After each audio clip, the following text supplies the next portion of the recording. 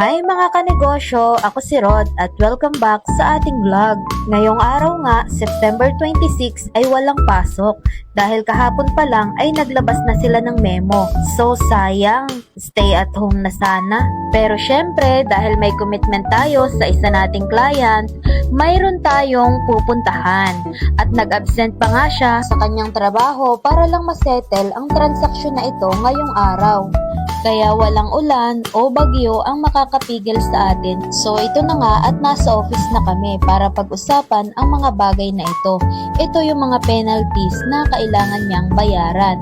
At habang nandyan nga kami ay nagkasundo na lang kami na samahan na lang namin siya sa bangko dahil nga hindi pa siya familiar sa mga kung ano ang dapat gawin dito. At ganun din ay para mapabilis na sana yung transaksyon at sa ganun ay hindi na siya makapag-absent pa sa susunod.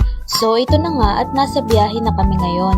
Pupunta kami sa bangko. Bali PBCom nga pala yung pinakamalapit na BIR accredited bank dito sa RDO 28. Grabe mga kanegosyo, pansin na pansin nyo naman na sobrang lakas talaga ng ulan sa labas, no? At parang ang sarap kumanta ng umulan, bumagyo, ayos lang. Di bali na lang mga kanegosyo, kalimutan nyo na lang ang pagkanta, hindi yan para sa atin.